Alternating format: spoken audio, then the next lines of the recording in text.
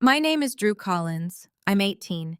It was 9:47 a.m. on a Tuesday morning in August when I stood in the financial aid office at State University, staring at a computer screen that said my custodial account balance was $214. Not $187,000. $214. The woman behind the desk, Mrs. Patterson, kept refreshing the page like the numbers might magically change. They didn't. There must be some mistake, she said for the third time, her reading glasses sliding down her nose. UTMA accounts don't just evaporate, but mine had, and I knew exactly who'd made it disappear. My phone buzzed. Mom. I let it ring. It buzzed again. I answered on the fifth call. Where are you? Her voice was sharp, accusatory.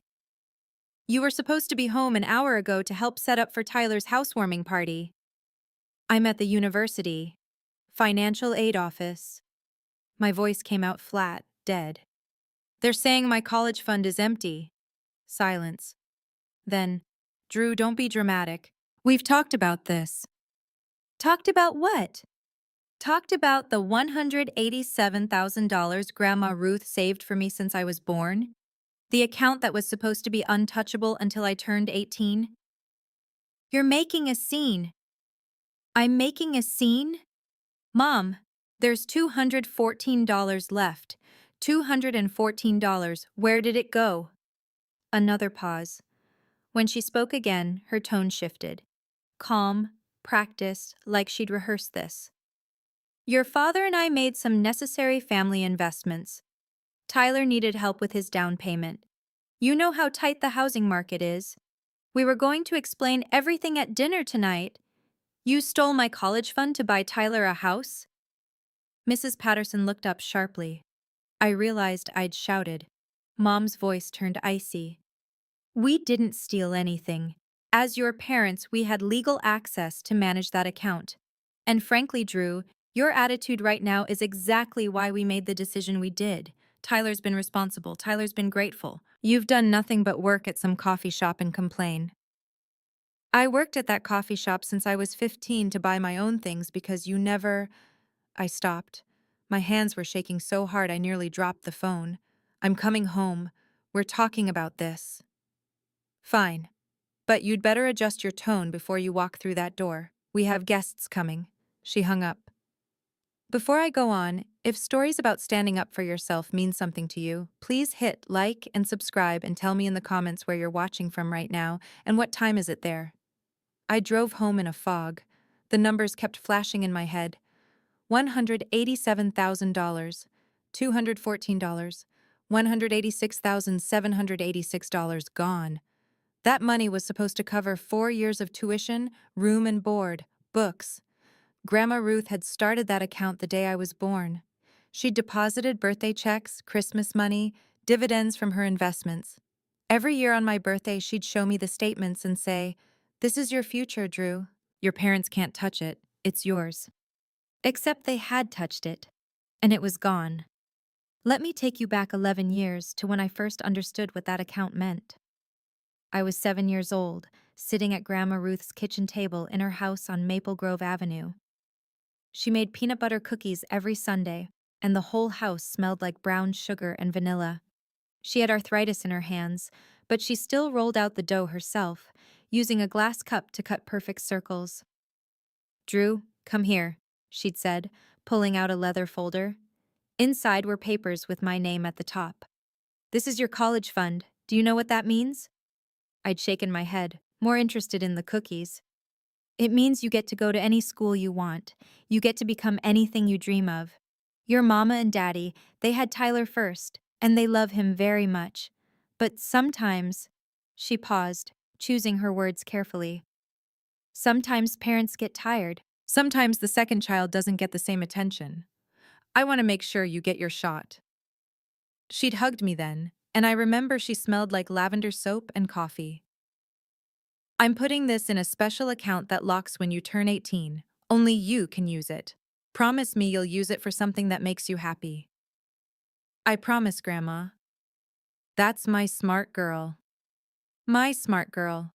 She called me that until the day she moved into assisted living last year. She was 84 now, still sharp as a tack, but her body was failing. She couldn't live alone anymore, and apparently she couldn't protect me from 200 miles away. I pulled into the driveway at 11:23 a.m. Tyler's new truck was parked out front.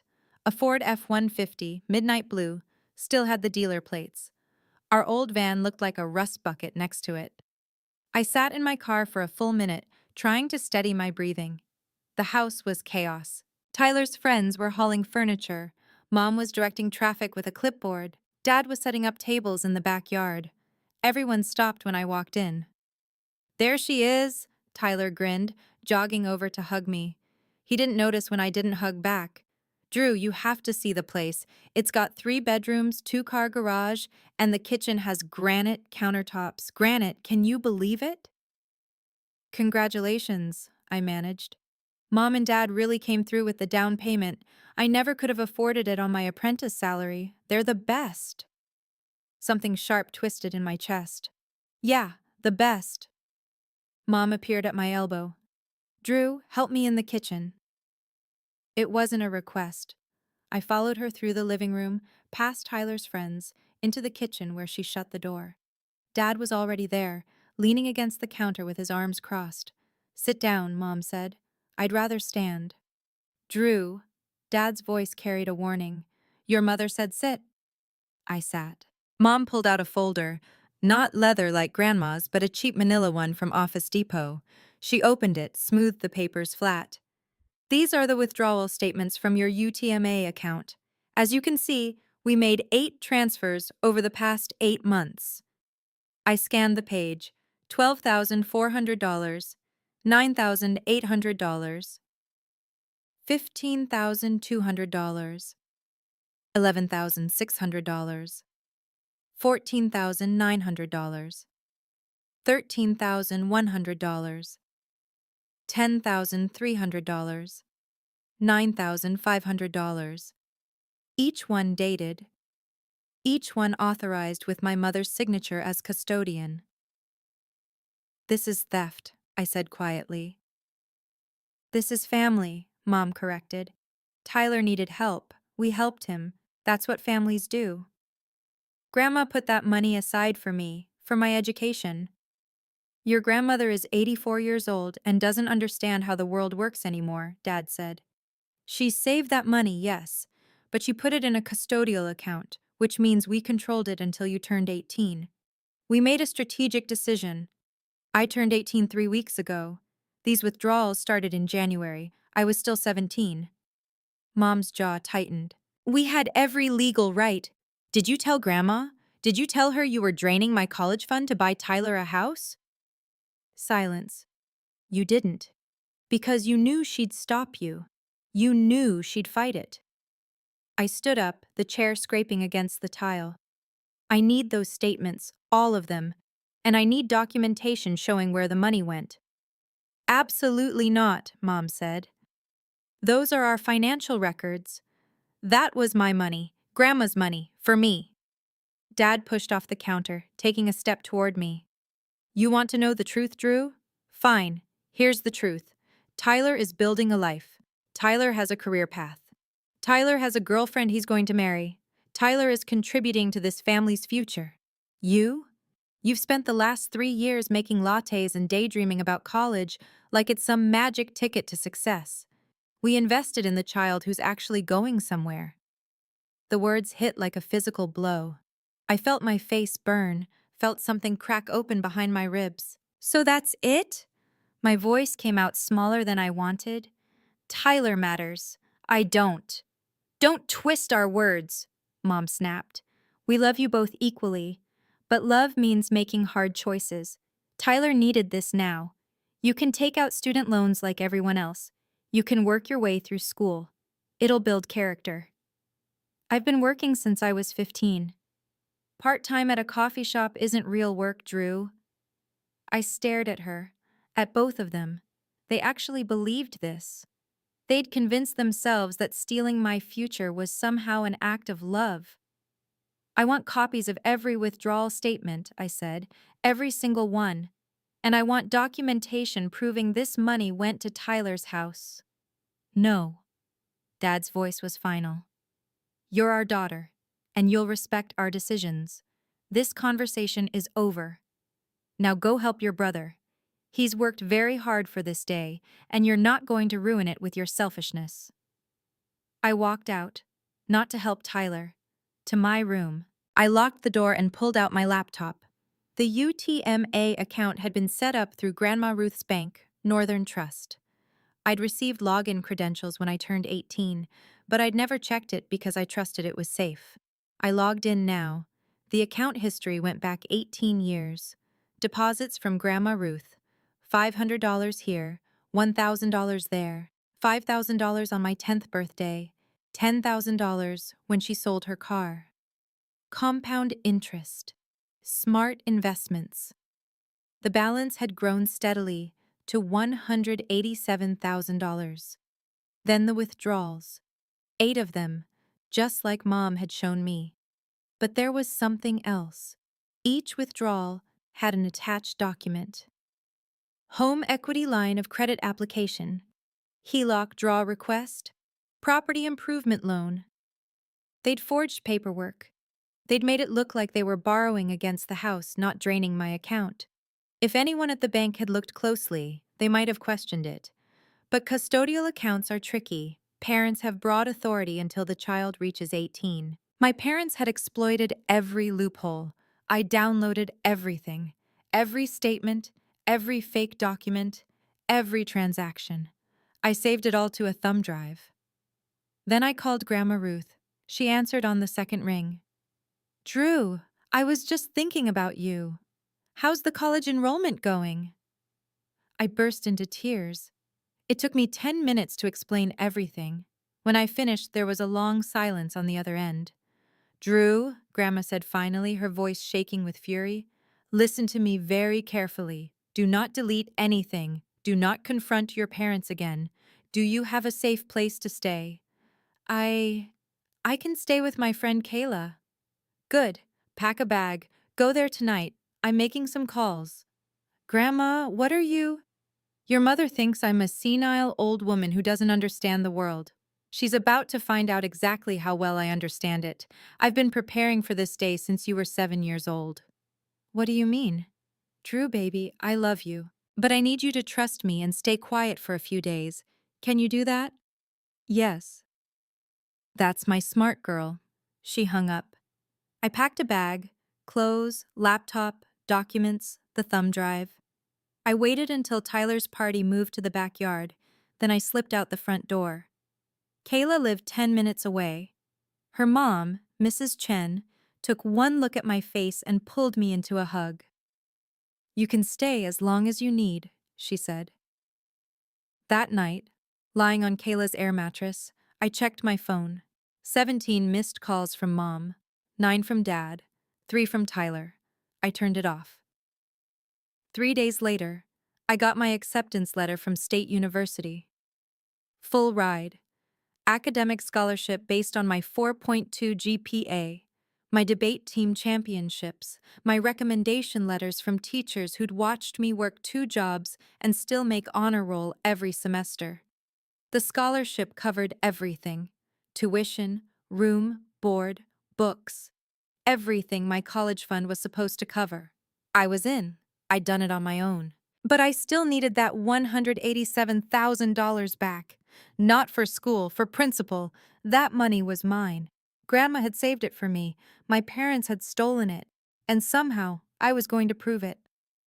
I started working double shifts at the coffee shop, Java Dreams on Riverside Boulevard. My manager, Marcus, was a 35-year-old former accountant who'd quit the corporate world to find meaning. He made the best cappuccinos in town and never asked questions when I showed up early or stayed late. You okay, kid? He asked one morning when I burned my 3rd espresso shot in a row. Family stuff. Say no more. He slid a blueberry muffin across the counter. On the house. Family stuff is the worst. 2 weeks after I'd left home, Tyler showed up at the coffee shop. It was 2:37 p.m. the dead zone between lunch and dinner rush. I was wiping down tables when he walked in, still in his work boots, looking uncomfortable. Drew, we need to talk. I'm working. Please, 5 minutes. I glanced at Marcus. He nodded. Take your break. We sat in the corner booth. Tyler ordered nothing. Mom and Dad are losing their minds, he said. They say you're being dramatic, that you stole documents and ran away. I didn't steal anything. I downloaded my own financial records from my own account. Look, I didn't know about the college fund thing, okay? They told me they were helping with the down payment from their savings. If I'd known, you'd what? Give it back? He looked away. I can't afford to. I just bought the house. The mortgage is $2,100 a month. I'm already stretched thin. Then you shouldn't have bought a house you couldn't afford. That's not fair. No, Tyler. What's not fair is that Grandma Ruth saved for 18 years so I could go to college, and Mom and Dad stole it so you could have granite countertops. His face flushed. I didn't ask them to do that. But you took the money. You signed the papers. You moved into that house. You're just as guilty as they are. I'm your brother. You're the favorite. There's a difference. He stood up, shoving the chair back. You know what, Drew? Maybe they were right. Maybe you are selfish. I work construction 10 hours a day. I'm building a life. And you're mad because Mom and Dad helped me get started? That's what parents do. They help their kids. They help one kid, the one who matters. Tyler stared at me for a long moment. Then he turned and walked out. Marcus appeared at my elbow. You okay? No, but I will be. That night, I got an email from an address I didn't recognize. Email protected. Subject line: regarding Diane and Roy Collins. Urgent.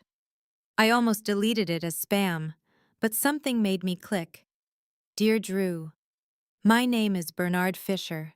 I'm an attorney with Fisher and Associates. I've been contacted by your grandmother, Ruth Morrison, regarding a matter of significant legal concern. I'd like to meet with you at your earliest convenience. Please call my office to schedule an appointment. This is time sensitive. Respectfully, Bernard Fisher, Esquire. I called the number the next morning. His secretary scheduled me for Monday at 10 a.m. Mom somehow found out. She showed up at the coffee shop on Sunday night, right before closing. Drew, we need to talk. I have nothing to say to you. Your grandmother has hired a lawyer. Do you understand what you're doing? You're tearing this family apart. I'm tearing it apart? You stole $187,000 from me. We made a parenting decision. One day, when you're older, you'll understand. I'm meeting with the lawyer tomorrow. If you want to explain yourself, you can do it in court. Her expression shifted, from anger to something colder. Drew, if you pursue this, you'll destroy your brother. He could lose that house. His credit will be ruined. Is that what you want? To hurt Tyler because you're jealous? I'm not jealous, I'm the victim of theft. You're being ungrateful. After everything we've done for you, name one thing.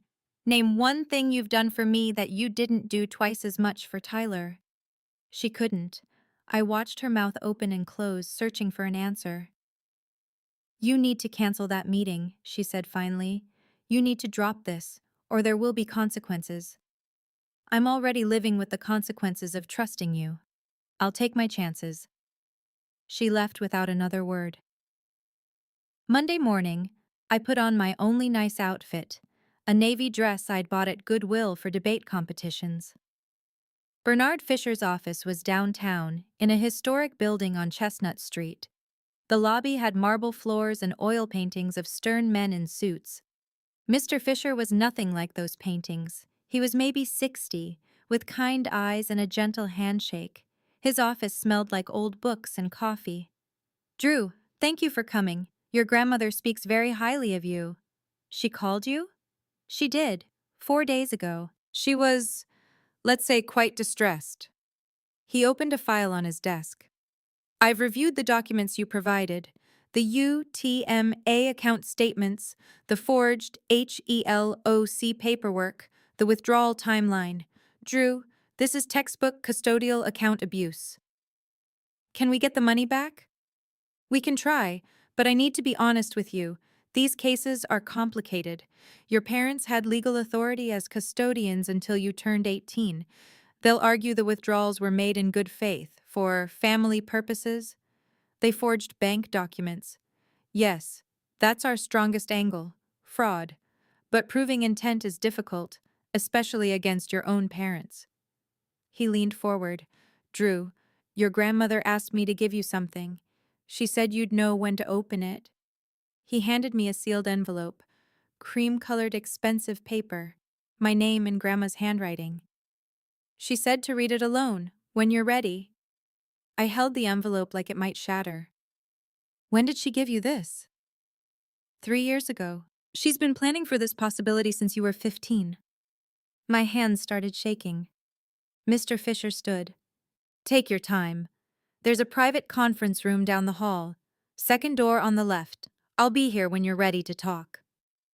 I walked to the conference room in a daze, closed the door, sat down at the empty table. I opened the envelope. Dear Drew, if you're reading this, then I'm either gone or too far away to help, and your mother has done exactly what I knew she would do. I'm sorry, sweetheart. I'm sorry I couldn't stop this while I was alive and healthy. I tried. I had so many conversations with Diane about that account, about your future. She always smiled and promised she'd never touch it. But I knew better. A mother knows her own child. Do you remember the day I showed you the college fund papers?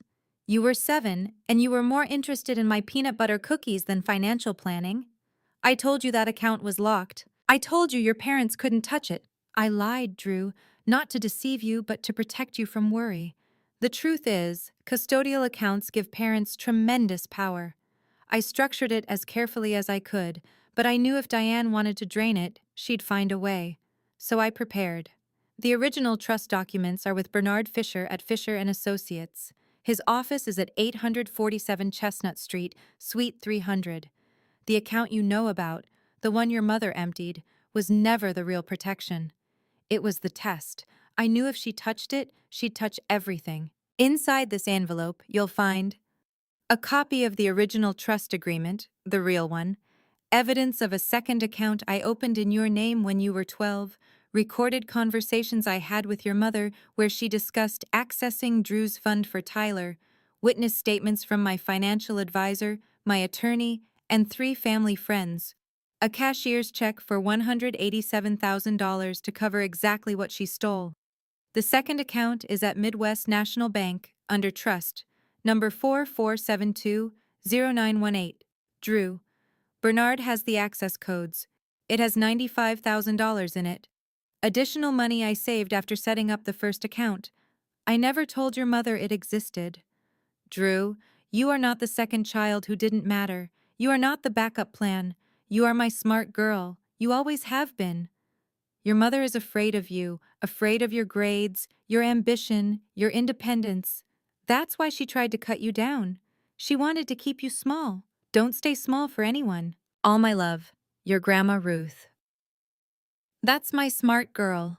I read it 3 times. Then I cried for 20 minutes straight. When I finally pulled myself together, I examined the documents. Everything Grandma had promised was there. Recorded phone calls, actual audio files on a USB drive, witness statements, notarized and dated, a cashier's check made out to Drew Collins, dated last month, signed by Ruth Morrison, and a second trust agreement, Midwest National Bank, account balance $95,214.18. I had $282,214.18. Everything they'd stolen, plus more. But it wasn't about the money anymore. I walked back to Mr. Fisher's office. He looked up when I entered. She really did this, I said. She planned everything. Ruth Morrison is the most thorough person I've ever met.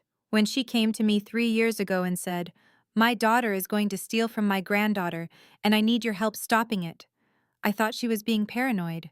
I was wrong. What happens now? That's up to you. We have enough evidence to file criminal charges against your parents for fraud and theft. We can also pursue a civil suit to recover the money, though you technically don't need to since Ruth's already covered it. Or, he paused, you can walk away, take the money, go to school, and never speak to them again. What would Grandma want me to do? She said, and I quote, I want Drew to do whatever makes her feel whole. If that's sending Diane to jail, so be it. If it's just taking the money and building a good life, that's fine too. But I want her to know the truth. I want her to know she mattered. I thought about it. About Mom and Dad at Tyler's housewarming party. About Tyler in his new house with granite countertops. About 18 years of being the afterthought. I want the truth to come out, I said. But I don't want to go through a trial. I don't want to spend years in court fighting with my own parents. Mr. Fisher smiled. Then let's arrange a family meeting, neutral ground. I'll present the evidence. Your parents will have a choice. Return the money and admit what they did publicly, or face criminal charges. Either way, the truth comes out. When? How about this Friday? I'll send formal letters to your parents, your brother, and your grandmother. We'll meet here, in the main conference room. I'll moderate. Okay. Drew, you're doing the right thing, not the easy thing, but the right thing. I wasn't sure I believed him, but I nodded anyway.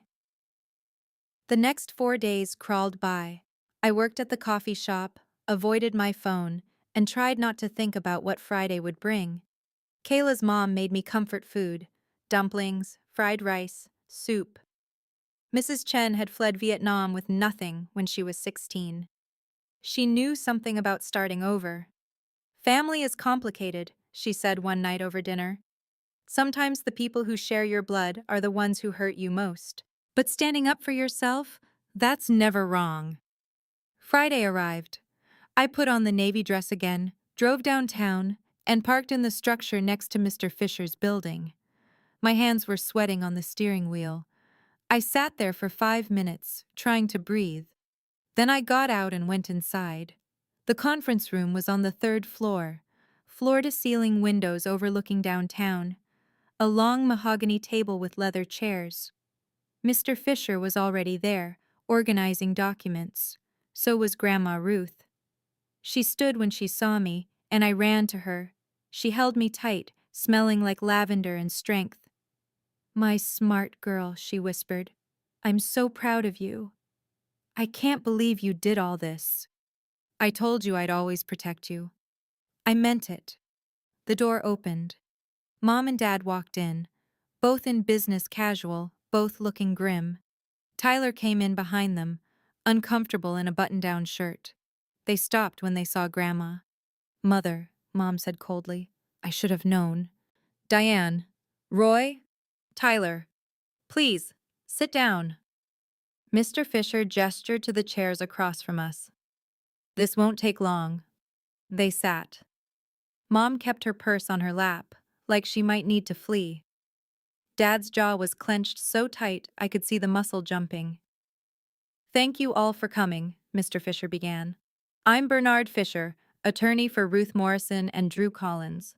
We're here today to address the matter of Drew's custodial UTMA account, which was depleted between January and August of this year. We've been through this, Dad said. We had legal authority. Let me finish. Mr. Fisher's voice was calm but firm. Over the course of 8 months, you withdrew $186,786 from Drew's account. You used forged home equity loan documents to justify these withdrawals to the bank. You then used this money to fund the down payment on a house purchased by your son, Tyler Collins. We didn't forge anything, Mom said. Those documents were... Mr. Fisher pressed a button. A screen descended from the ceiling. He clicked his laptop, and an audio file began to play. Roy, I'm telling you, we need to move fast. If we wait until Drew turns 18, we lose access. Diane, I don't know. Ruth will find out eventually. Mother is 82 and barely leaves her apartment. By the time she notices, it'll be done. And what's she going to do, sue us? She's our family. What about Drew? Drew will understand eventually. Tyler needs this more. Drew can get loans. Mom's face went white. That conversation took place on December 18th of last year, Mr. Fisher said. Ruth recorded it during a phone call. She had been secretly recording conversations with you for 2 years, Diane, because she suspected you would do exactly this. That's illegal, Dad said. Actually, in this state, one-party consent recording is perfectly legal. Ruth was a party to the conversation. The recording is admissible. He clicked again. Bank statements appeared on the screen. These are the 8 withdrawals, and these, more documents appeared, are the forged HELOC applications you submitted to justify them. We didn't. I have the original applications from your mortgage company. They show no home equity line was ever opened. These documents are fabricated. That's fraud. The room was dead silent. Tyler spoke first. Mom? Dad? Is this true? Mom's eyes filled with tears. Tyler, sweetheart, we did this for you. We wanted you to have a good start. You stole from Drew? We made a family investment. You stole from my sister. Tyler's voice cracked. He turned to me. Drew, I swear to God, I didn't know. They told me they'd been saving.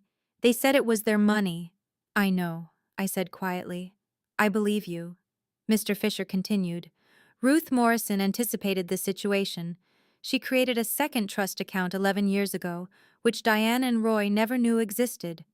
That account currently holds $95,214. Additionally, Ruth has provided a cashier's check for $187,000 to compensate Drew for the stolen funds. Drew is financially whole. Dad leaned forward. Then what's this about? If she has the money... This is about truth, Grandma Ruth said, speaking for the first time. Her voice was strong, clear. This is about my daughter stealing from my granddaughter and pretending it was love. This is about 18 years of watching you treat Drew like an afterthought while you worshipped Tyler. Mother, that's not... Diane, I have sat in this building for 3 years waiting for this day. I knew you'd do it. You've always resented Drew. She was smarter than you expected, more independent. You couldn't control her the way you controlled Tyler. So you tried to break her. You tried to make her small. I did no such thing. You told her that working at a coffee shop wasn't real work. You told her she was selfish for wanting what I saved for her. You stole her future and called it a family investment. Grandma's hands were shaking, but her voice never wavered. I have given you every chance to be a better mother. You failed every single one. Mom's face crumpled. Please, Mother, don't do this. We can work this out privately. No. Grandma looked at Mr. Fisher. Show them the rest. He pulled out a thick folder. These are the witness statements Ruth collected over the past 3 years. Teachers who watched Drew work 2 jobs while maintaining a 4.2 GPA. Neighbors who saw her walking home from work at 11 p.m. because you wouldn't pick her up. Debate coaches who wrote recommendation letters describing her resilience despite challenging home circumstances. He slid the folder across the table. Ruth also created a GoFundMe campaign this morning. She posted these documents, the audio recordings, and a full explanation of what you did. It's already been shared 2,400 times. The local news called an hour ago asking for an interview. Mom's composure shattered. You put this on the internet? Mother, how could you? How could I? Grandma's voice rose. How could you? You're my daughter, Diane. I raised you better than this. And you took my granddaughter's future and gave it to your golden child like it was pocket change. Tyler is 26 years old. He's an adult. He should have saved for his own house. Drew is 18. She just graduated high school. And you sabotaged her because she threatened your perfect little fantasy where Tyler is the star and Drew is the backup. The silence that followed was suffocating. I found my voice. I'm not here for revenge. I'm here because I need you to hear this. I needed to matter, just once. I needed my own mother to choose me, but you never did. So Grandma had to. Mom was crying openly now. Drew, baby, I love you. No. You love the idea of me being grateful. You love me when I'm quiet and obedient. You don't love me when I ask for what's mine. I stood up. Mr. Fisher handed me a folder. These are the trust documents for the second account. I'm moving that money into a private account in my name only. I'm also keeping the cashier's check. I'm going to State University on a full academic scholarship, and I'm using Grandma's money to build a life where I never have to ask you for anything again. I walked to the door, then turned back. You're not invited to my graduation. You're not invited to my wedding. You're not invited to meet your grandchildren if I ever have them. You had 18 years to be my parents. You chose Tyler every single time. I'm done giving you chances to choose me. I walked out. Grandma followed me. We stood in the hallway and she hugged me again. You did so good, sweetheart. I feel like I'm gonna throw up. That's normal. You just faced down a dragon. She pulled back, looked me in the eyes. Drew, I'm 84 years old. I don't know how many years I have left, but I need you to know something. You are the best thing I ever did. Watching you grow up, watching you fight for yourself, it's been the greatest joy of my life. Grandma, I'm serious. Your mother is my daughter and I love her, but she's not half the woman you are, and I'm not worried about you anymore. You're going to be fine. She was right. 3 days later, the story hit the local news. Local grandmother exposes daughter's theft of college fund. The GoFundMe raised $47,000 from strangers who wanted to support me. I donated every penny to a scholarship fund for first-generation college students. Mom and Dad's friends stopped calling them. Their church asked them to step down from the volunteer committee. Tyler called me twice, apologizing, but I didn't answer. He wasn't the villain. But he wasn't my responsibility either. I moved into my dorm room at State University in late August. Single room, 4th floor, view of the campus quad. I bought used textbooks, joined the debate team, and got a part-time job at the campus library. Not because I needed the money, because I liked working. I visited Grandma Ruth every Sunday. We'd sit in her assisted living apartment, drink coffee, and plan my future. She died 3 months later. Heart attack. Quick and painless, the doctor said. At her funeral, Mom tried to approach me. I walked away. Her will left everything to me. Her house, her savings, her jewelry. The total came to $340,000. In her final letter to me, she wrote, Drew, you don't owe anyone your forgiveness, not even me. You get to decide who deserves space in your life. Choose wisely. Choose kindly. But choose yourself first. I'm 19 now. It's been a year since that conference room confrontation. I'm majoring in finance and planning to become a financial advisor who helps people protect their assets from family exploitation. I've got a 3.9 GPA. I'm dating someone who thinks my ambition is attractive, not threatening, and I've learned to sleep through the night without wondering if I'm enough. If you're watching this and you've ever had to choose between protecting yourself and keeping the peace, type, I chose myself in the comments. Or if you're still trying to decide, type, I'm still deciding. Both are valid. Both take courage. If this story meant something to you, check the description for more stories just like this one. Thank you for being here.